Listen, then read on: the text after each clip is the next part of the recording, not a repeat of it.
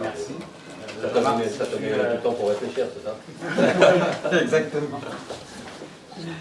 En fait, moi je procède un peu de la même démarche, du moins dans certains de mes livres, parce que bon, j'en ai publié une quantité quand même. Et donc les derniers, donc AquaTM, Exode, essentiellement, dans le sujet qui nous intéresse. Ne claquez pas la porte en sortant.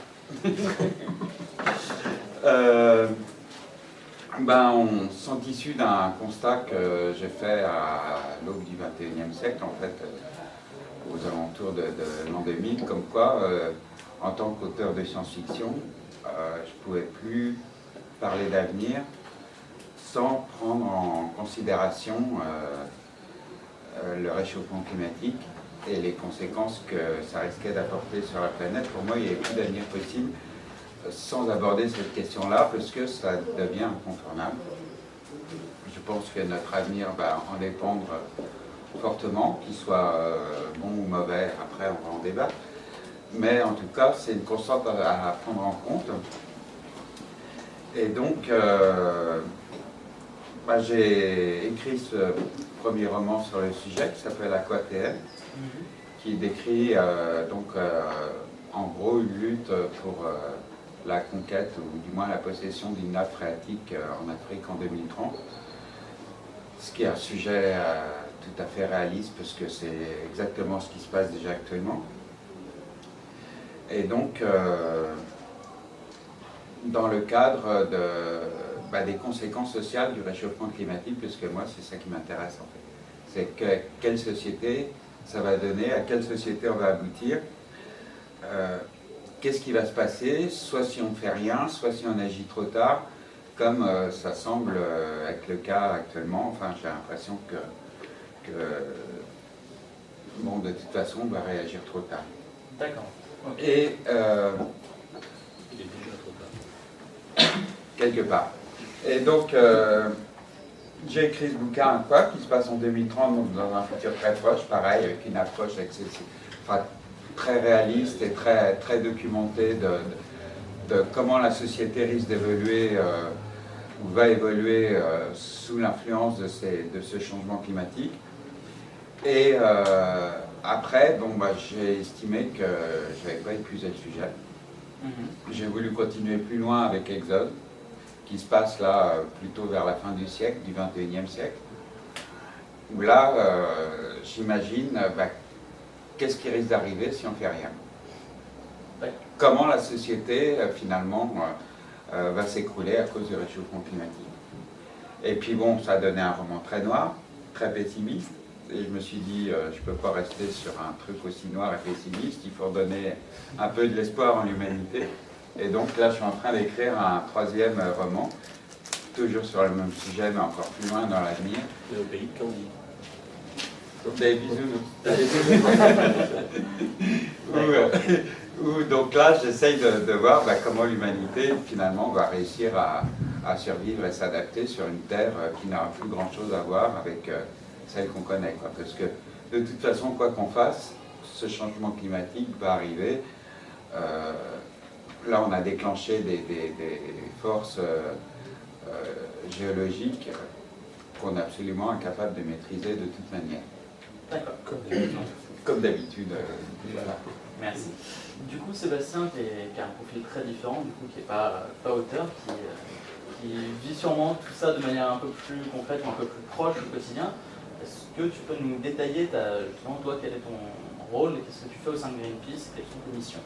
Donc moi je suis salarié de Greenpeace en France.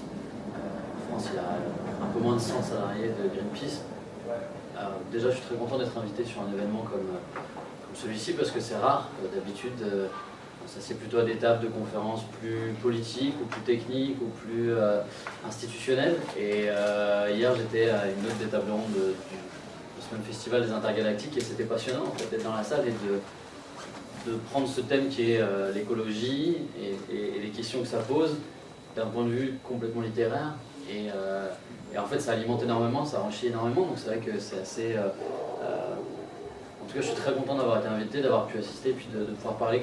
Greenpeace, très rapidement, c'est donc une organisation non gouvernementale indépendante dont l'ADN de base c'est la non-violence, qui agit sur des principes qui sont pratiquement toujours les mêmes, c'est-à-dire investiguer, enquêter, faire de la recherche, se documenter, dénoncer, appeler au changement, agir nous-mêmes quand il y a des dommages et des catastrophes écologiques qui sont en train de se dérouler, et puis apporter des solutions.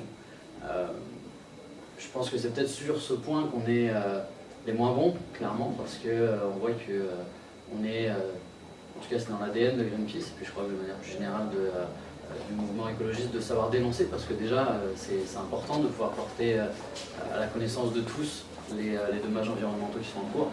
Et après apporter les solutions, c'est une autre histoire, mais je crois que c'est en train de se rebalancer avec le temps, parce qu'on constate, et les auteurs le disaient très bien, c'est qu'il y a un sentiment de ras-le-bol, il y a un sentiment de allez, de toute façon c'est trop tard, on est foutu. Et la vision que porte Greenpeace, et je crois que vraiment c'était vraiment la question de cette table ronde, c'est quelle vision pour notre avenir. Eh bien, Greenpeace essaie d'en porter une de vision qui dit justement sans verser dans le catastrophisme tous foutus, sans verser dans le scientisme ou le technologisme en disant de toute façon l'homme a toujours inventé une technologie qui nous a sauvés, donc de toute façon on peut continuer à vivre comme on est, chacun dans notre coin, parce qu'il y a bien un ingénieur qui va nous trouver une solution miracle. Le négationnisme qui veut dire non mais de toute façon ça c'est des gens qui inventent ces phénomènes-là. Il y a une quatrième voie qui est de dire en gros faut se prendre par la main. Faut se prendre par la main, faut sortir de sa zone de confort, c'est des changements tous les jours qui se font à toutes les échelles, donc à l'échelle individuelle, à l'échelle des groupes et des sociétés. Et donc enclencher ce changement. Après les résistances au changement elles sont dingues et on les connaît. Et c'est vrai que des fois on nous dit c'est peut-être que nous écologistes on vit dans la science-fiction, et ça honnêtement je l'ai déjà entendu. Donc c'est rigolo pour moi d'être dans un festival de science-fiction et de pouvoir parler et qu'on me dise toi t'es plus dans la réalité, parce que ça m'arrive pas souvent. Les auteurs de science-fiction vivent dans la réalité. Et je pense que oui, clairement j'ai pas lu beaucoup de science-fiction, donc je pourrais certainement pas étaler ma culture ici. Tu vas pouvoir corriger ça. Ouais, non mais c'est vrai, en plus ça donne envie, et je lisais donc un roman de Norman Spiegelrad qui s'appelle Bleu comme une orange, qui raconte comment on est au milieu du siècle ou à la fin du siècle, du 21e siècle, et qui raconte une énième conférence pour essayer de sauver le climat à Paris, et comment en fait il y a des jeux politiques derrière et des gens qui finalement truquent le climat pour en faire de l'argent. Et je pense que vous n'êtes pas sans savoir que l'année prochaine à Paris il y aura une conférence sur le changement climatique qui vise à aboutir à un accord pour essayer de limiter l'élévation des températures. Donc il y a d'étranges superpositions, alors que c'est un livre qui a été écrit en 99 où on ne savait absolument pas qu'il allait y avoir une conférence sur le sujet à Paris. Donc voilà, c'est des fois comme quoi la science-fiction est créante de beaucoup de vérité, que c'est quand même un puits pour nous, à mon avis, d'inspiration. D'accord, merci. Du coup, j'ai envie de vous poser une première question un peu velue, parce qu'à l'heure actuelle, quand même, les dangers climatiques sont nombreux. Il y a tout ce qui est utilisation des énergies charbon qui provoque l'effet de serre, qui augmente l'effet de serre. On a aussi tout ce qui est nucléaire.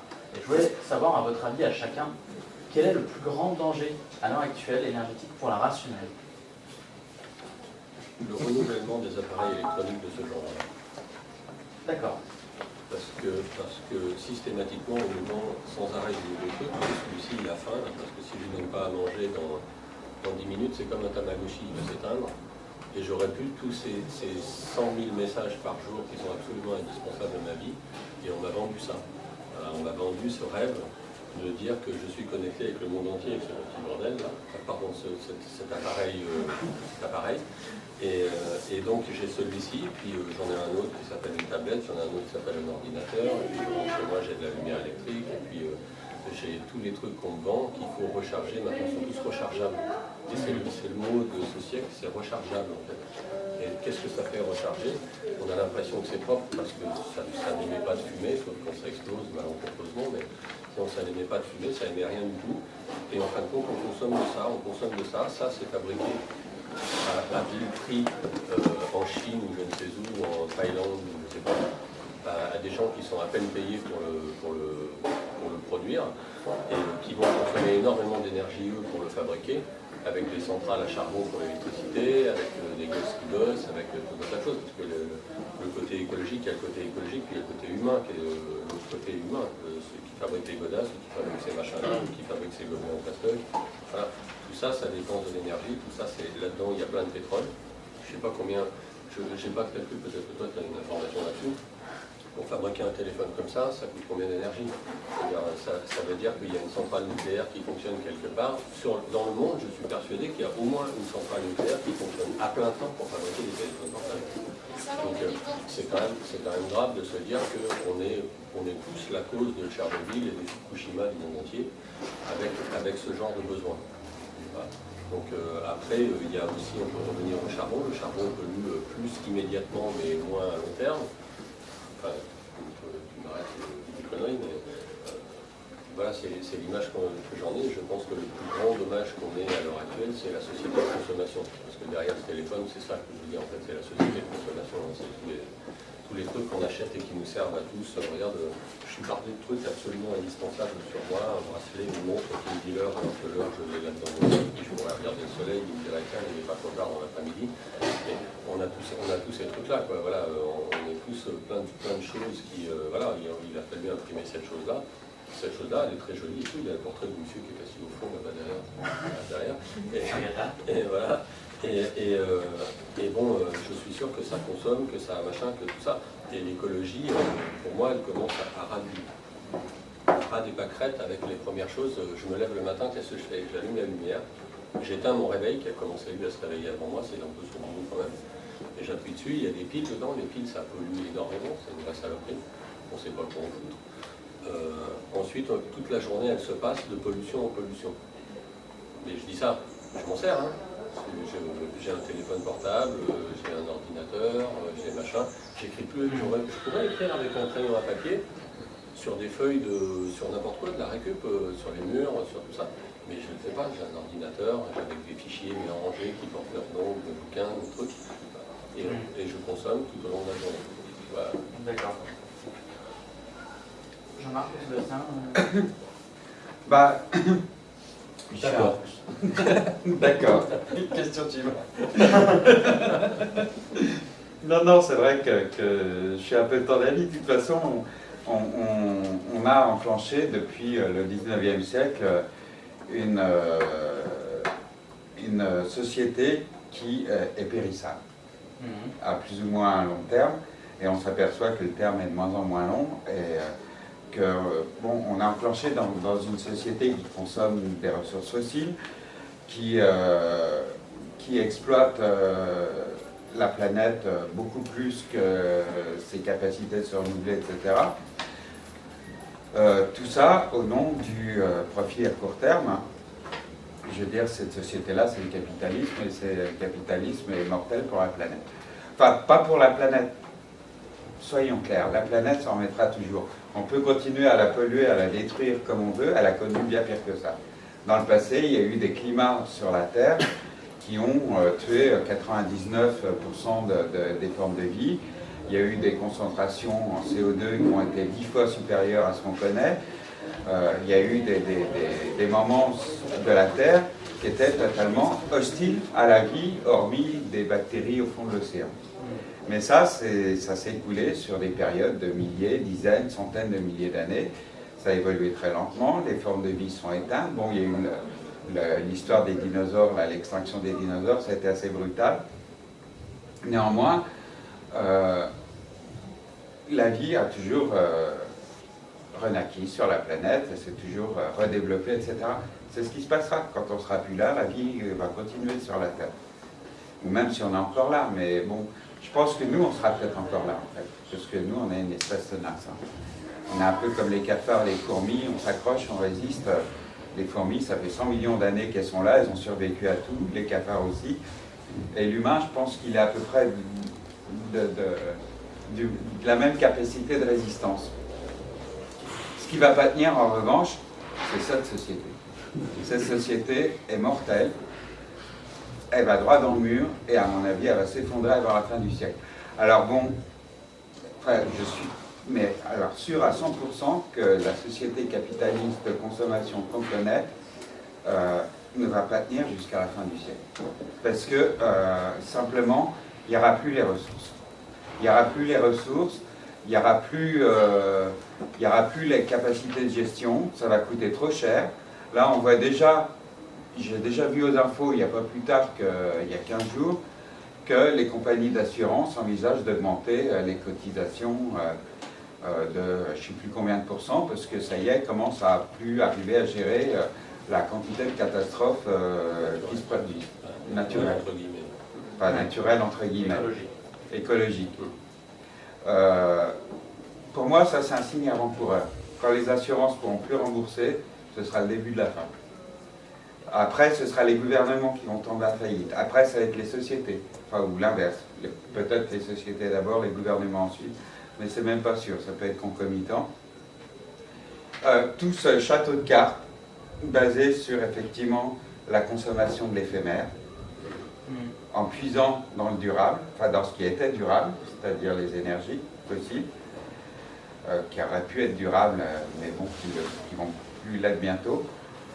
Faut savoir que bon, dans 40-50 ans, il n'y aura plus de pétrole. Il y a d'autres minéraux, matières premières essentielles qui vont disparaître.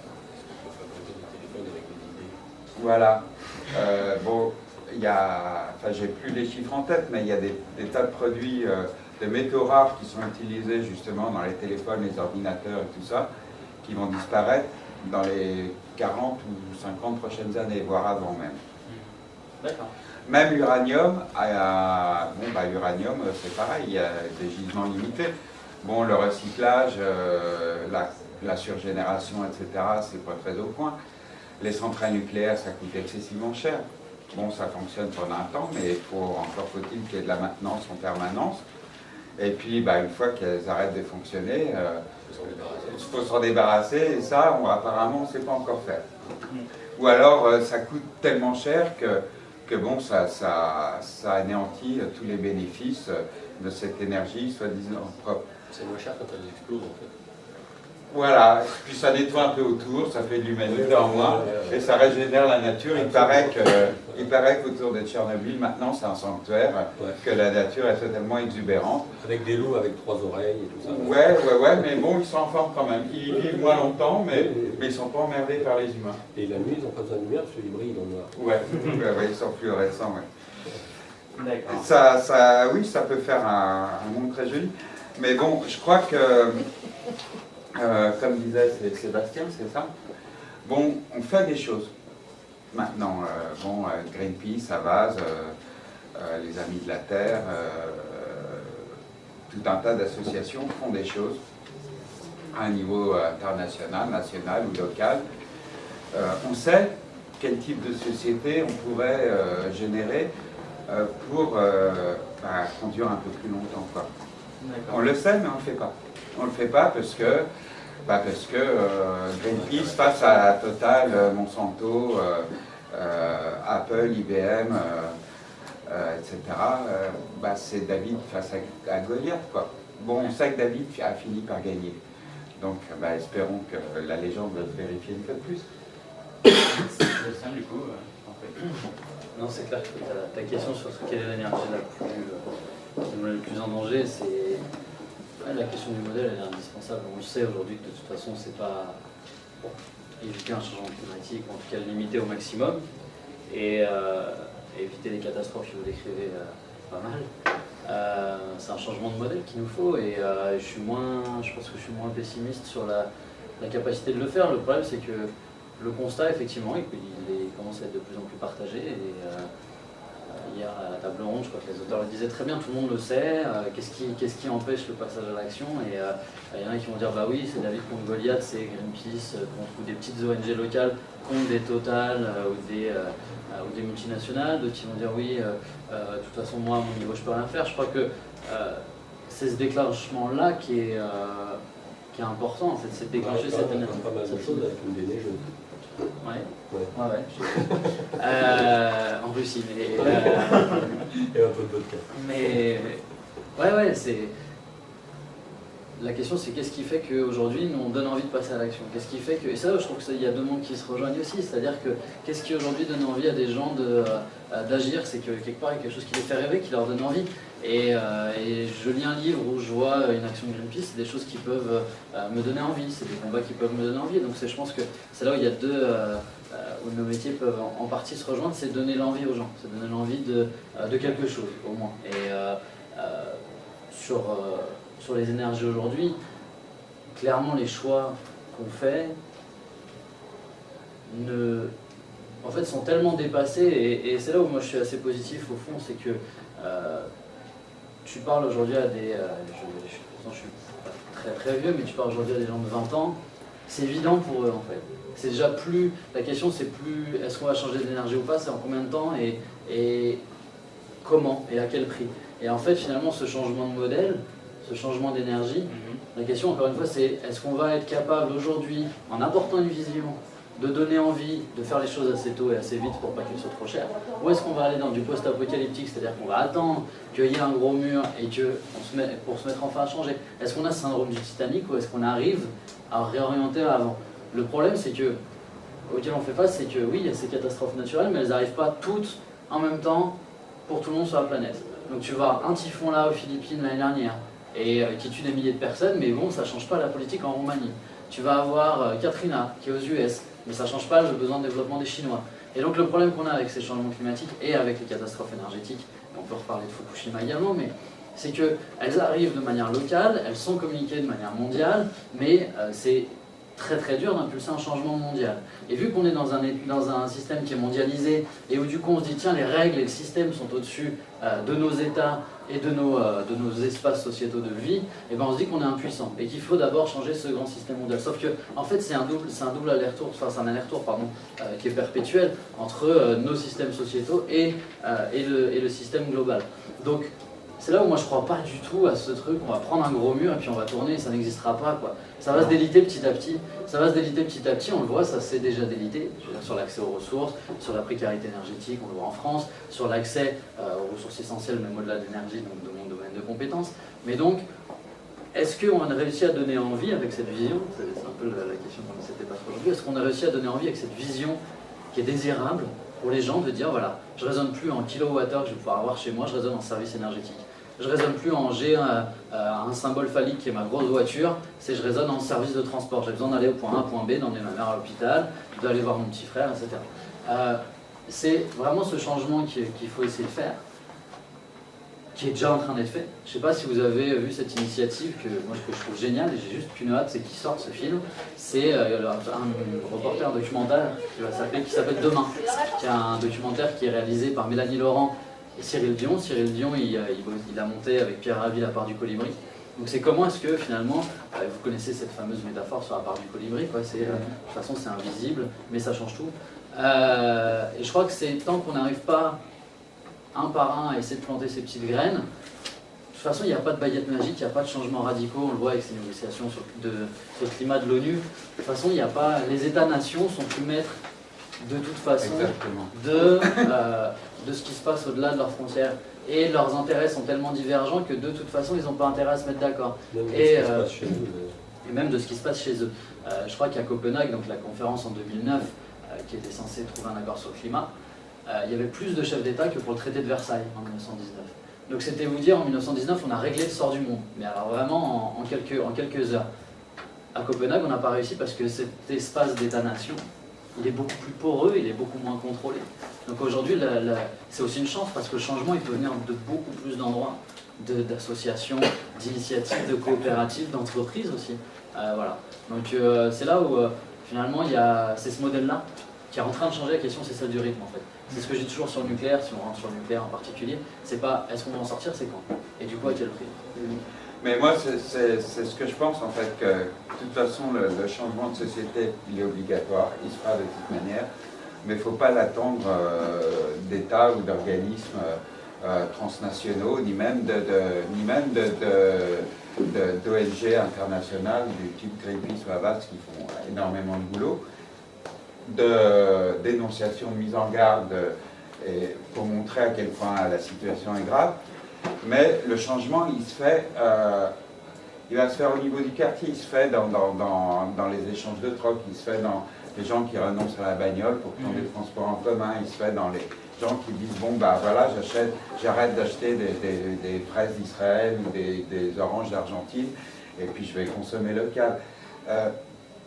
C'est une prise de conscience qui est en train d'entrer dans les mœurs et comme tu dis, bon, nous la génération des 40, 50, 60 ans, on est encore dans le strict consumérisme que décrivait très bien Laurent.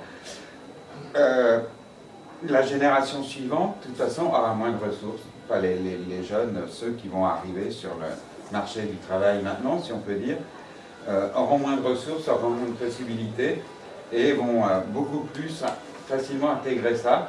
Le fait que voilà, l'électricité n'est pas quasi gratuite et disponible partout, que les sources d'énergie sont pas infinies et que le monde est, même s'il est à portée de main virtuellement dans leur tablette ou leur portable, concrètement, ce qui est à portée de main, bah, c'est ce qui est autour d'eux, quoi. C'est ce qui est autour d'eux et puis la façon de gérer autour d'eux. Donc voilà, peut-être qu'ils vont construire des maisons qui vont être autosuffisantes en énergie. Peut-être qu'ils prendront leur bagnole que vraiment quand ils en auront besoin parce qu'il n'y a pas d'autres moyens de transport. Moi personnellement, je n'en ai pas de bagnole. Pourtant, je vis dans un village. Donc bah, j'ai 2 bus par jour pour aller à l'usine. Bah, je fais avec. Et puis au besoin, bah, quand j'ai vraiment besoin d'une voiture, j'en loue une. Il y a le covoiturage. Bon, voilà. Ça m'empêche pas de vivre. Pour moi, c'est ce qui existe déjà, c'est ce qui arrive déjà, tout ce que tu décris. Après, voilà, c'est la question du niveau et du rythme. Tout ça arrive déjà. Bon, je ne sais pas, faire des jardins dans les villes, mettre des panneaux solaires sur les toits, récupérer l'eau de pluie, la filtrer au besoin, etc. Tout ça, ça va devenir des gestes qui vont devenir banaux. Ouais, mais Banal. Il y a quand même. Ouais, il y a quand même le côté, il y a quand même tout le volet volonté politique. Parce que tu parlais de, oui, on va consommer moins, on va à mon avis, la politique va être de plus en plus déconnectée avec tout ça. Oui, mais regarde, les maisons autosuffisantes, il y en a. Hein. Il y en a des maisons autosuffisantes, et même à énergie positive, des trucs qui produisent plus d'électricité que ce qu'ils en consomment. Mais il n'y en a pas en France, pourquoi? Bah, parce qu'il n'y a pas de crédit, il n'y a pas de... Et pourquoi il n'y a pas de crédit? Bah, parce qu'il y a EDF qui freine, et le gouvernement, effectivement. Mais parce qu'on a encore, pour quelques brèves années, à mon avis, qui ne vont pas durer longtemps, dans une optique que le gouvernement doit aider les gens. Le gouvernement, il ne va plus aider les gens, de moins en moins. Il ne va plus pouvoir. Il ne va plus pouvoir. Il va essayer de les taxer de plus en plus, et à mon avis, il peut y avoir des révoltes. Il y arrive. Il y arrive très bien, d'ailleurs. À mon avis, il peut y avoir des révoltes violentes. Enfin, on ne peut pas décrire un modèle général de ce qui va se passer. Ça ne va pas être partout la débrouille de village à village et puis la transition douce comme on le souhaiterait. Ça ne va pas être partout les décisions gouvernementales en disant voilà, ça y est, maintenant on arrête le pétrole, etc. On passe au niveau national à une forme. Et justement, je me permets de rebondir parce que dans la science-fiction, on a un bon exemple là-dessus. C'est le cycle de Dune de Frank Herbert. Justement, dans sa deuxième partie, après toute la partie, donc je suis désolé pour les gens qui n'ont pas lu le premier bouquin, ça ne devrait pas vous gâcher la lecture, mais en fait, on a Leto Atreides, qui devient l'empereur-dieu de Dune, et qui devient un tyran sans nom, mais au nom comment dire en français, du bien commun, en fait. Mais tous les tyrans, ils sont là au nom du bien commun. C'est étonnant quand même. Ils sont les bienfaiteurs de l'humanité en général. C'est significatif que le seul mot français que tu n'as pas pu trouver, c'était le bien commun. C'est le greater good. Moi, je pense que ce qu'on va vivre dans un proche avenir, ça va être d'une part, effectivement, la débrouille au quotidien et l'instauration plus ou moins volontaire, plus ou moins obligée, plus ou moins bien gérée d'une autre forme de vie, qui va être à un niveau beaucoup plus local. On va avoir des guerres, des révoltes violentes, des invasions des familles, ça c'est clair, parce que l'écologie, bon, il y a déjà des millions de réfugiés climatiques dans le monde et ça va faire qu'augmenter. Des épidémies, etc. Il y a des pays qui vont disparaître, qui vont pas s'en sortir. Il va y avoir une résistance acharnée des grosses entreprises multimondiales, etc., pour essayer peut-être d'imposer un nouveau modèle. Hein. Total va se reconvertir dans les énergies renouvelables. Ils vont essayer de nous fourguer des panneaux solaires et des éoliennes, estampiller Total, et puis de faire payer le soleil. Je pense qu'ils vont... Total doit être en train de chercher des plans pour comment faire payer le soleil. Panneaux solaires, compteurs, ils vont trouver, hein, c'est pas difficile. EDF y arrive déjà. Hein. D'accord. Donc, il y aura un mélange de tout ça, à mon avis. Hein. Mais il n'y a pas de... comme tu dis, ça va pas être on va droit dans le mur et après on tourne. Ça va pas être comme ça. Ça va pas être comme ça. On va, en fait, on va vers une espèce de rivage plein d'écueils. Et il va falloir se faufiler. Il va falloir se faufiler. Mais j'ai aucun doute que l'humanité va survivre. Hein. Même si ça n'a pas l'air à la fin de l'exode. Tu l'as pas dit, mais... Bah non, je l'ai écrit brouillon. Bah oui. Ah mais du coup c'est qu'est-ce qu'on fait aussi, c'est de se dire qu'est-ce que, une fois qu'on a fait le constat, parce que je crois qu'on le partage quand même assez, et c'est assez, maintenant il est de plus en plus simple de faire ce constat, c'est quels sont les leviers finalement d'action qu'on met en place pour éviter que ce soit le pire. Et effectivement ce ne sera pas les mêmes réponses si je suis au Soudan, ou si je suis en France, ou même si je suis en Europe de l'Est. Et ces leviers-là, pour moi, ils sont très locaux. Et c'est là où il faut de l'intelligence qui est collective. Et quand on dit, c'est peut-être des mots qui sont qui ont été peut-être trop utilisés, du coup, qui peuvent être galvaudés, mais quand on dit une convergence de lutte, moi, je trouve ça toujours très intéressant de voir des personnes qui vont se battre contre un oléoduc qui traverse leur forêt, d'autres qui vont se battre parce que ils arrivent dans des territoires qui vont être inondés avec la hausse de la mer. D'autres qui se disent, bah voilà, il y a une guerre civile parce qu'il n'y a plus d'accès à l'eau potable, etc. Et il n'y a pas de, encore une fois, comme il y a un problème global, il n'y a pas de réponse mondiale, mais il faut qu'on se connecte là-dessus. Et c'est là où, je ne sais pas, vous, après dans vos livres, comment vous imaginez ça, et c'est là aussi, moi, ça m'intéresse et ça m'inspire, c'est de me dire comment vos héros, ils se démerdent de ces situations post-apocalyptiques aussi. C'est comment est-ce qu'on met du positif là-dedans, parce que c'est vrai que dans vos discours, c'est assez noir quand même, quand on parle de réalité, hein, je ne parle pas de ce que vous écrivez, mais c'est assez noir. Et comment est-ce que finalement on essaye aussi de... Parce qu'il n'est pas trop tard, parce qu'il ne sera jamais trop tard. Je crois que c'est ça, même dans des situations post-apocalyptiques, il y a des choses qui naissent. Comment est-ce qu'on trouve les leviers du changement? Moi, je le trouve dans l'humain. Ouais. Je le trouve dans l'humain. C'est-à-dire que pour le post-apo, en fait, moi j'en ai fait que 2 qui soient vraiment des post-apo, qui sont le début d'une série de 4, et qui se passent chacun à 15 ans les uns des autres, parce que je veux... En fait, ce que je décris, c'est la situation à travers la vie d'une famille élargie, et dont les membres vieillissent au fil de la série, ou meurent, etc. Donc ce sont des livres d'aventure, mais qui se passent dans ce monde post-apocalyptique, qui est déclenché par le nôtre de monde. Donc il y a des références à notre monde, qui sont un petit peu exagérées, mais par exemple, dans l'écriture du premier, j'avais mentionné des révolutions qui secouraient tout le monde arabe, etc. Et entre le moment où j'ai transmis le manuscrit et le moment où il a été publié, il y a eu le printemps arabe. Donc c'est un truc, c'est marrant, quoi. Et ça arrive fréquemment quand on écrit de la science-fiction, de se rendre compte qu'on écrit un truc et de toute façon c'est has-been, parce que ça vient déjà de se produire. Je fais référence, je ne sais pas l'Exode, mais j'ai lu Aquaterne, qui est par ailleurs un excellent bouquin, je ne sais plus chez qui il est, mais il est très bien. La Talente, voilà. où il écrit une situation de manque de flotte et tout ça, et donc c'est la guerre de l'eau, on va dire, je schématise là, donc c'est la guerre de l'eau, mais c'est l'humain qui prévaut là-dedans, et moi c'est pas la guerre de l'eau parce que mon histoire à moi se passe peut-être plus tôt que la tienne, et elle se passe en région parisienne, au cours d'un hiver pour la première, mais en fait c'est tout le délitement de cette société, qui n'est pas seulement à un seul niveau, c'est pas juste la consommation, c'est pas juste, il y a du climatique dedans, parce que l'hiver il est absolument abominable, machin, la nature est en excès de tous les côtés, mais d'un autre côté on a tous été laissés tomber, et c'est quand même les humains qui se ressortent du truc, et qui essayent de survivre peut-être de refabriquer certains des réflexes anciens en disant de quoi on a besoin du passé. Ben, par exemple, si on pouvait faire fonctionner ce petit ULM, on pourrait aller à la ville de machin et chercher un docteur ou je ne sais pas quoi, ce dont ils ont besoin. Salut, tiens, encore une fille qui écrit des cochonneries comme nous. Et donc voilà, donc c'est basé sur l'humain, c'est pas juste basé sur le fait, ouais, il y a de la pollution, les gens ils respirent pas, ils ont des masques à gaz, bon, ça moi j'en ai pas mis, c'est des clichés total, bon voilà quoi. La réalité, c'est avant que les gens aient besoin de masques à gaz, ou alors à côté de ces maisons peut-être, ou des choses comme ça.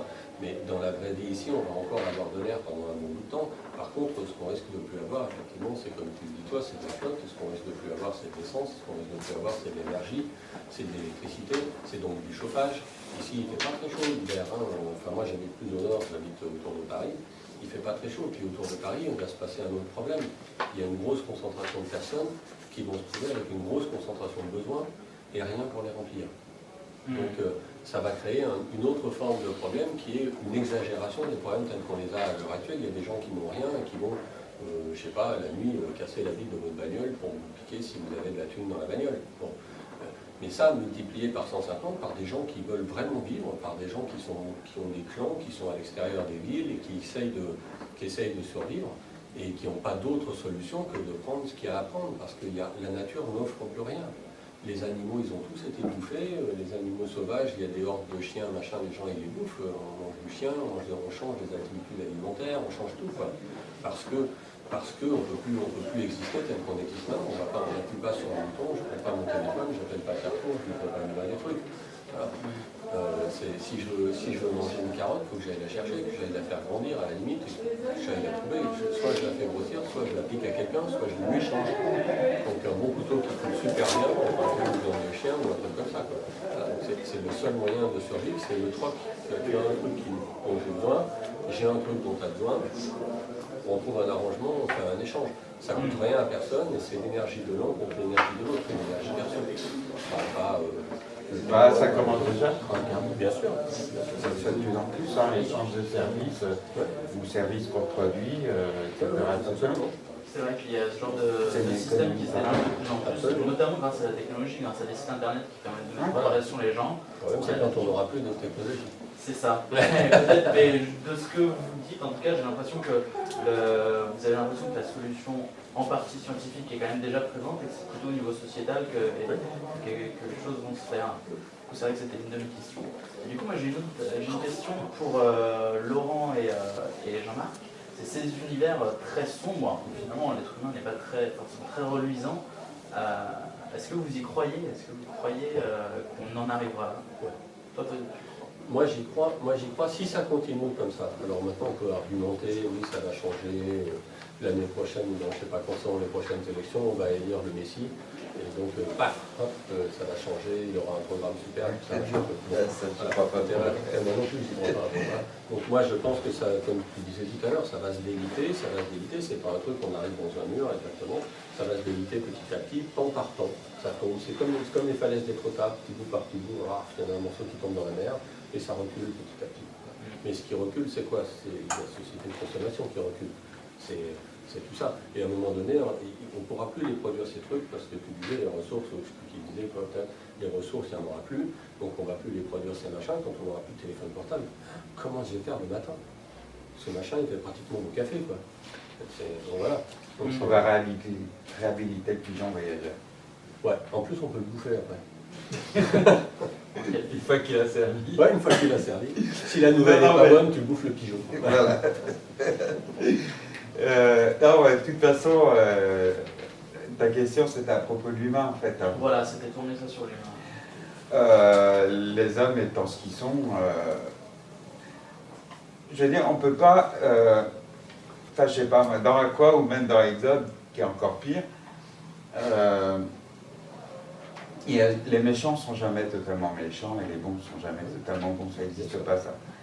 Et dans nos romans, ça n'existe pas non plus. Dans les miens aussi, si tu les avais lus. Hein, n'est-ce pas? Je vais me rattraper. Et donc, et dans la réalité, c'est pareil. Bon, autant on peut avoir effectivement dans cette période de déliquescence du monde capitaliste qu'on connaît et qui va arriver, on va autant tomber sur des chefs de guerre, des profiteurs, des tyrans, des exploiteurs qui vont essayer de tirer profit de la situation pour eux-mêmes, pour avoir plus de pouvoir, pour avoir plus d'argent, pour avoir les dernières ressources, etc. Et autant on va tomber sur des gens qui, voilà, des Pierre Rabhi, quoi, des gens qui vont créer des réseaux d'entraide, qui vont apporter des vraies solutions, qui vont créer un bout d'utopie quelque part, qui va fonctionner. Synergie. Des synergies, etc. Bon, et on ne peut pas dire à l'avance c'est les bons qui vont gagner ou c'est les méchants. Le monde n'est pas si manichéen, quoi. Hein. Et même les méchants d'un jour peuvent devenir les bons d'un autre jour. Hein. Ça s'est déjà vu. Bon, même à quelqu'un comme Bill Gates, à des fondations, peut-être qui œuvrent pour, quelque part pour le bien de l'humanité. Après avoir effectivement gravement pollué la planète avec ses ordinateurs. Enfin, lui, c'est les logiciels, mais bon, il faut des serveurs quand même. Il faut de l'énergie. Et il faut de l'énergie, beaucoup. Ça se fait aussi en partie. Et ouais, Microsoft fait aussi du matériel. Et bon, donc même chez les gens eux-mêmes, il peut y avoir des comportements destructeurs et des comportements constructifs. Donc, D'accord. Voilà. J'ai envie de rebondir. Du coup, puisque justement, il y a quand même ces énergies positives qui sont là, il y a justement des organismes, tout ce qu'on citait, Greenpeace, à base, ce genre de choses qui luttent ou qui essaient d'apporter un changement. Est-ce que le fait que cette chute, entre guillemets, soit progressive, ne permet pas quelque part justement d'éviter ce qu'on disait, ce dont on parlait avant, le syndrome Titanic, et qu'on arrive à redresser petit à petit? Ça, de toute façon, le tort est fait, mais... Ben, si la chute est progressive, ça laisse de la place à monsieur et à ses amis. Parce que si la chute était brutale, il n'y aurait pas de temps pour ça. Donc là, ça laisse peut-être la chance d'avoir des gens qui peuvent agir, que ce soit Greenpeace ou d'autres. Qu'il ait un salaire jusqu'à sa retraite au moins. Ou vous aussi. Et je pense qu'on fait tous partie d'un même réseau. Ah mais j'en suis convaincu. Parce qu'on a tous des trucs à dire sur le truc, nous on le fait d'une autre façon, voilà. Mais moi, ça n'a jamais été une conviction. Je me suis rendu compte, je me suis dit, tiens, je vais faire un post-apo, puis en tirant sur les ficelles du truc et en me rencardant de droite et de gauche, je l'ai appelé chez toi d'ailleurs, en me rencardant de droite et de gauche, je me retrouve à me dire, mais putain, mais il y a un vrai sujet, quoi. Il se passe un truc là, que tout le monde, genre plus ou moins, ça passe quand tu regardes le journal de 13h ou celui de 20h qui est encore pire, on te raconte toujours les mêmes conneries, et si à la limite, s'il y a un cyclone dans les Philippines, c'est de leur faute, quoi, bordel de merde. Ça va pas déconner. Voilà. Du coup, Sébastien, tu veux réagir un peu là-dessus? Non, mais c'est par essence en fait que ça va être humain notre changement, parce que c'est des sociétés humaines et c'est juste le premier changement il se passe dans la considération des choses, c'est de ne pas se dire j'y peux rien, il y a un système, j'y peux rien, il y a une entreprise, j'y peux rien, il y a un État, on construit, on déconstruit aussi, il faut se rendre compte de l'accélération de l'histoire qu'on est en train de vivre aussi. Et à la fois moi je me dis ah merde, si j'avais grandi au Moyen-Âge, au moins mes 13 générations avant et après, elles étaient toutes exploitantes et elles vivaient toutes de leur terre. Et là, je me dis, ouais, c'est un autre challenge pour notre génération, mais c'est passionnant aussi parce qu'on peut faire aussi des très très belles choses. Et finalement, on arrive à un moment où, oui, on avait conscience de notre finitude de nos ressources et donc des sociétés qu'on a basées sur nos ressources. Qu'est-ce qu'on en fait? Et moi je suis persuadé que ouais, si on commence à se libérer en se disant bah ouais moi aussi je peux faire un petit truc, puis allez je vais peut-être aller voir un tel, puis un tel pour essayer de faire quelque chose. Et en France je trouve qu'on est très mauvais pour avoir ce côté positif, on est très râleur et après ça change des Anglais, je pense qu'ils m'exaspérerait d'être tout le temps c'est génial, c'est super, mais il y a un juste milieu entre les deux et il y a, je sais pas si vous avez entendu parler des Alternatiba. C'est des initiatives qui émergent un peu partout pour rassembler de manière festive sur un même endroit, un même moment. Donc ça a commencé à Bayonne, puis il y en a eu un à Bordeaux, à Lille, en Ile-de-France. Il y en aura à Lyon l'année prochaine, si je dis pas de conneries, en 2015. Et qui en fait veulent rassembler de manière festive toutes les alternatives qui existent déjà. de montrer, mais regardez les mecs, moi je peux vous réparer pour gratos, moi je vais venir vous installer vos panneaux solaires, moi je fais du compost, est-ce que ça vous intéresse? Et en fait, il y en a partout, en fait. Et il y en a 45 dans les tubes là, jusqu'à la fin de l'année prochaine. Et bah, je suis en train. Je suis en train d'en faire, et c'est de dire, je peux vous en donner l'adresse, c'est alternatiba.eu, c'est très simple. Et après, vous allez sur le site de Lyon ou en fonction de où vous habitez. Et voilà, un peu partout, on voit ces initiatives où on se regroupe en se disant, bah, on fait pas la même chose, enfin, il y a ces super tubes, quoi. On n'a pas le même maillot, mais on a la même passion. C'est de dire, bah oui, moi je suis plutôt bricoleur, moi je suis plutôt, allez, je vais faire des serveurs qui vont être gratuits puis qui vont être aux énergies renouvelables, moi je vais réparer tes chaussures, etc. Et c'est avec ce côté festif, avec ce côté désirable, il faut arrêter de se fouetter. Moi, je suis désolé, j'ai 30 ans, ça me fait chier de me fouetter parce que mes grands-parents, ils ne savaient pas que quand ils brûlaient du charbon, ça allait foutre mon petit-fils dans la merde. À un moment donné, il faut qu'aussi oui, ça va être plus dur, oui, ça va être dur, mais en même temps, ça fait combien de centaines de milliers d'années que l'homme il doit se battre avec l'hiver, avec le bois, avec le loup du coin, avec le voisin, avec le voisin de l'autre côté de la rivière, et de se dire à un moment donné, bah, ouais, on s'est toujours battu, et peut-être qu'on nous a donné l'illusion on allait être bien chauffé l'hiver, comme tu le disais tout à l'heure, avec de l'électricité peut-être pas chère, on maintient de la croissance en empruntant de l'argent qui n'existe pas. Mais donc, au final, rendons ça désirable en fait. Moi, c'est juste ça. Le maître mot, tu viens de le dire, c'est illusion. Je pense qu'on a passé le 20e siècle, au moins une bonne moitié du 20e siècle, dans l'illusion la plus totale. On croyait que la Terre était illimitée, que les gouvernements, les entreprises, l'avancée de la science, etc., allaient nous donner une vie facile qui suffisait qu'on ait notre salaire à la fin du mois, et puis tout allait rouler comme ça pendant des siècles.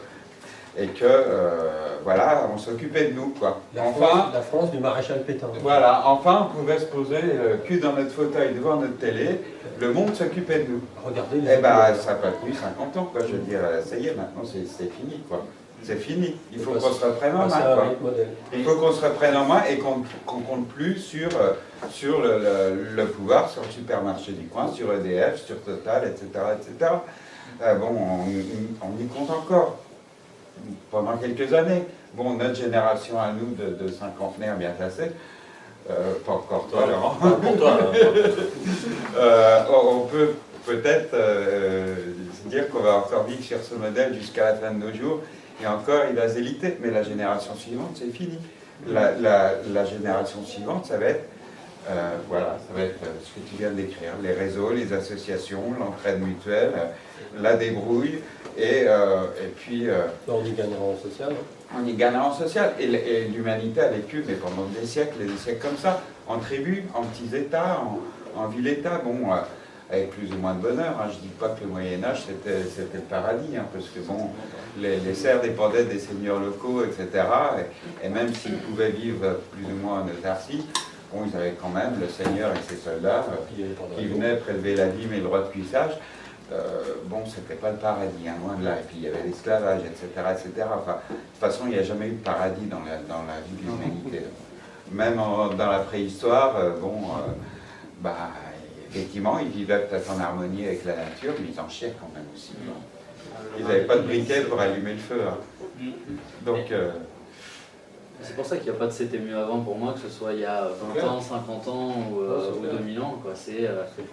On capitalise et maintenant on regarde devant, et c'est là où moi j'aime beaucoup ce côté science-fiction, c'est de regarder devant, loin, et essayer de se dire... Après c'est assez souvent, comment dire, noir sur le contexte et il y a de la beauté dedans. Enfin, c'est ce que tu disais sur l'humain, c'est aller chercher la beauté sur l'humain. C'est que ça. Enfin, voilà, pour moi c'est un peu le sujet de mon troisième bouquin. Après avoir détruit l'humanité dans Exode, je la reconstruis dans... Seulement ça s'appelle d'ailleurs. Et ben, du coup, j'en profite pour faire un super lien avec la réalité, c'est que juste dans la cour derrière vous, il y a des ateliers qu'on a appelés ateliers post-écologie, qui sont justement là pour apporter ce genre de réponse. Il y a par exemple une association qui s'appelle La Petite Rustine, qui est là en fait pour vous aider à partir de débris, à vous reconstruire un vélo. Il y a des gens qui vont vous apprendre à faire des fermes de fenêtres, donc par exemple vous pouvez cultiver en ville avec des bouteilles en plastique et des trucs, des systèmes à mettre devant vos fenêtres pour capter la lumière. Il y a plein de choses, donc je vous invite tous à aller faire un tour, puisque la table ronde va toucher à sa fin. Est-ce qu'éventuellement il y aurait une ou deux questions dans l'Assemblée Pourquoi éventuellement il y a une question? On menace pas. Moi, je n'ai menacé de rien du tout pour l'instant. Oui. Moi, j'ai pas bien retenu le nom de l'association. C'est l'initiative, c'est Alternatiba. Alter et Natiba.ue. Et je pense qu'il y a une adresse à Lyon ou pas sur le site. C'est en cours de se créer là. Ouais. Il y a eu, je crois, 2 réunions pour l'instant. Ok. Jérémy Montagny. Démarrage, ouais. Comment? Jérémy Montagny. Alternativa. Alternatiba, BA. Ça signifie quoi? C'est basque d'origine. C'est basque pour ça que d'origine. c'est alternative, mais en basque. Ah, c'est comme un nom de fromage de chez eux. On sait pas C'est ça. ce que ça veut dire. Ça marche. Hop là. Et par exemple, pour vous donner une représentation, moi j'y croyais pas du tout. Alors, ça a commencé donc à Bayonne, il y a eu 25 000 personnes à peu près. Et on s'était dit, bah, c'est le Pays Basque. Bah, Ouais. peut-être. C'est le Pays Basque, je sais. Ah oui, c'était peut-être ça. Mais c'était le Pays Basque, on s'est dit, ils ont cette culture, allez, on a les clichés, on y va à fond. Et puis ça a essaimé, il y en a eu un à Lille, plus de 10 000 personnes, il y en a eu un à Bordeaux, 15 000 personnes. Enfin, honnêtement, c'est hyper surprenant parce qu'il y a ce côté festif, le côté on donne envie, le côté on vient pour s'éclater, quoi. Et en même temps pour être concret, pour être dans le futur, pour vraiment construire. Et je crois que ouais, c'est ça qui est. C'est vous le prochain? Alors il y en a 45, je sais pas où est le prochain. Honnêtement, T'es mal renseigné. ouais, je sais pas où il est. En tout cas, je sais qu'il y en a un à Paris, ce sera le 25 septembre prochain, dans un an. Mais à Lyon, il Ah va y oui, avoir parce quelque que chose. C'est en 2020. Oui, Ouais. à Lyon, ça va se construire. Ouais. C'est en cours. Un interlocuteur, par exemple, Jérémy Faut aller voir Montagny. sur les sites, quoi. Pardon, D'accord. Jérémy Montagny, qui est dans plusieurs associations à Lyon. D'accord. Donc, Colibri, Ancélia, etc. Qui fait beaucoup de réunions sur D'accord. Merci. D'autres questions? Oui, d'autres questions? J'en ai une, mais ça risque d'être un peu long pour y répondre. En fait, là, vous parlez d'avenir, avenir lointain, mais est-ce que l'homme va vraiment avoir cet avenir lointain, quoi? Parce que, on a 500, jusqu'à présent, on avait, oui, l'homme a vécu très mal, sans briquet, etc., quoi, mais il n'y a à aucun moment de l'histoire de l'humanité, pardon, l'homme n'a été confronté à 500 centrales nucléaires de par le monde, quoi. Et comme disait Ça, c'est Jean-Marc, il me semble... Sur EDF et on ne peut rien répondre à De ça, quoi? on n'a pas le droit. Jean-Marc disait c'est des choses qu'il faut entretenir. Et effectivement, si le système économique s'écroule, il n'y a plus personne pour bosser dessus. Bien sûr. Si elles sont inondées parce qu'il y aura des montées des eaux, Bien sûr. on ne pourra Elles rien vont entrer faire. en fusion, Tremblement de terre, rien faire. Absolument. T'as Attaque... lu le bouquin Homo Disparitus? non. Ça décrit exactement ça. Si Il y a résilience aussi disparaît de- de la planète, Ouais, qu'advient-il de la Terre? Comme tu le disais, Les je me fais... étoiles sans balance, j'en parle très bien dedans. Je me fais pas de soucis pour la Terre, quoi. C'est juste, comme on parlait de la capacité de l'être humain à créer de Moi, belles je- choses, est-ce qu'on aura cette possibilité avec 500 centrales nucléaires de par le monde en train de... On n'aura pas le choix, Voilà. soit on créera peut-être une super organisation qui sera chargée de s'occuper de ce genre de problème et qui sera une multinationale mise en place par les gouvernements pour s'occuper des centrales nucléaires dans les gouvernements, dans les pays où ils ne sont pas capables de s'en occuper eux-mêmes, où ils ne sont pas capables, où ils ont eu une catastrophe, genre le Japon sont parfaitement capables de s'occuper de leurs centrales nucléaires. Je ne vais pas dire inventer le concept, mais ils sont quand même assez balèzes. N'empêche qu'il leur est arrivé cette merde. Les Russes, c'était pas les derniers des abrutis non plus, il leur est arrivé une grosse merde. Il y a toutes les merdes qu'on ne sait pas, qui existent à l'heure actuelle dans les centrales nucléaires, dont si ça se trouve, on ignore même l'existence, à part peut-être les gens de chez toi, qui sont mieux renseignés que le commun des mortels, mais n'empêche que c'est sûr qu'il y a des problèmes de centrales nucléaires, et peut-être pas si loin que ça de nous. Et on ne sait pas comment le gérer. Et effectivement, ce que tu dis, c'est qu'à un moment donné, si la société tombe et s'écroule, comme je le décris très bien dans mon ouvrage Les étoiles sans balance, et la suite est anniversaire, il y a un problème de gestion. Donc dedans effectivement, j'ai mis ça parce qu'on ne peut pas passer à côté. C'est quelque chose d'obligatoire. Si tout s'écroule, si le côté financier s'écroule, personne ne va vouloir les réparer, ces saloperies. En tout cas, personne de compétent. Parce que les mecs compétents, il faut les payer. Ils seront barrés, ils sont plus là, ils sont morts, etc. Et comme il y a eu des restrictions budgétaires et des trucs et des machins, on se retrouve avec des centrales où il y a je ne sais pas combien d'alertes sur une centrale nucléaire, à Creuse, je crois, je ne sais pas combien il y en a, et ils nous racontent, ils nous bassinent, ils nous balancent des conneries du style oui c'est du niveau 1, du niveau 2, du niveau 3, déjà on ne sait pas ce que ça veut dire. On distribue quand même des pastilles de de diode, voilà, aux gens qui habitent autour, comme ça ils brillent la nuit, tout ça, c'est bien. Voilà. Mais on n'en sait pas plus que ça. Je veux dire, il y a une ferme au crocodile en face de la centrale du Tricastin, voilà, parce qui récupère l'eau chaude qui tombe dans le Rhône. Je veux dire, où est-ce qu'on va, quoi? Je veux dire, on va cultiver des crocodiles, on va fabriquer des... Maintenant, on est le plus gros pays producteur de sacs à main. Mais par rapport à cette question sur qu'est-ce qu'on fait, est-ce qu'on aura un avenir lointain, tu as deux manières d'y prendre. C'est soit tu creuses un trou et tu dis de toute façon ça va arriver donc je fais rien, soit tu dis je vais essayer de faire en sorte qu'on les ferme le plus vite possible dans les meilleures conditions. Et donc tu as le côté je me bats pour ça, mais il y a aussi je me bats pour inventer le futur. Tu peux pas arrêter l'horloge de tourner parce qu'on a ce problème-là. Et ça, nous on en est les héritiers, donc c'est de dire justement, c'est là où c'est quelque part hyper stimulant mais qui a un peu un côté sans fin, c'est de dire oui, il faut que je me batte contre les différents problèmes partout, en même temps il faut que je fasse monter les solutions, donc c'est là où de toute façon il n'y a pas une organisation, une personne, un état ou une société qui peut avoir toutes les réponses, c'est allez on essaye, on se coordonne et puis on essaie d'avancer. Puis là il y a le côté sociétal, mais il ne faut pas oublier un autre problème, il y a un autre aspect du problème, c'est que le jour où un type fout une roquette dans une centrale nucléaire... La roquette c'est ridicule. Ça, c'est hyper une facile attaque à faire. informatique est vachement plus Non, efficace. peu importe, et ça ne touchera pas qu'une centrale. Ouais, peu importe, mais il y a beaucoup plus de gens dans le monde qui disposent d'un lance-roquette que d'un hacker capable de hacker une centrale nucléaire. Donc rien que, même si ça ne produit pas de fuite nucléaire, de produits, comment ça s'appelle, radioactifs, machin, même si ça ne produit pas ça, l'effet psychologique d'une roquette dans une centrale nucléaire, que ça se passe dans un territoire, on va appeler ça civilisé, mettons à Crelas ou au Tricastin, ça va être énorme. Ça va produire un séisme, mais ça produira un séisme en France. Ailleurs, on n'en parlera pas. Si ça se produit ailleurs, on n'en parlera pas ici. Parce qu'il faut protéger tout un certain modèle.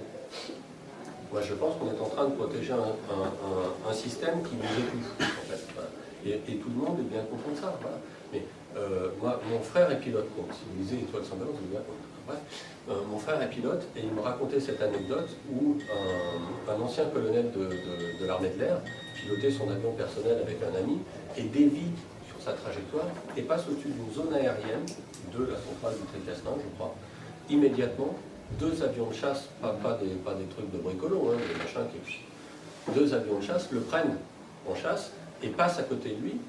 Il lui envoie un appel radio, il se connecte, bon, il n'avait pas son transpondeur, je ne sais pas quoi, enfin il y avait un problème législatif, et il était trop près de la zone, ils l'ont foutu par terre. Ils l'ont foutu par terre, c'est-à-dire qu'ils sont passés chacun d'un côté d'un ULM. Un ULM, c'est un appareil qui est comme un petit avion, c'est exactement comme un avion, mais c'est juste la législation qui décrète que c'est un ULM parce que ça fait moins de 900 kg volant, d'accord, avec les passagers, machin. C'est juste pour ça que ça s'appelle comme ça, ultra léger motorisé. Bon. Et ils sont passés de chaque côté, avec c'était des mirages, je sais pas quoi, des rafales, peu importe, des gros trucs comme ça. De chaque côté, le truc il est parti en vrille, il est allé au tas. Pas d'explication, pas d'excuse, pas de rien.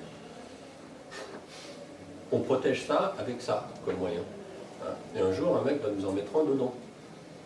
Parce que c'est pas difficile non plus à en trouver, hein, parce qu'on va en Russie et des MiG-29, on en achète. Voilà. Des Kalachnikov, des trucs, j'ai des adresses, hein, parce que je me suis incarné un petit peu comme américain. Donc, on va éviter. Je connais des noms que je ne peux pas vous donner, sinon j'écrirai plus. T'as dit que c'est filmé Oui, pardon. Vladimirovitch, pardon. Bon, en tout cas, merci beaucoup. On a un peu dépassé du temps. Je suis désolé de devoir interrompre parce que c'est passionnant. Mais en tout cas, merci à tous les trois, vos différents points de vue. Merci à vous. Merci.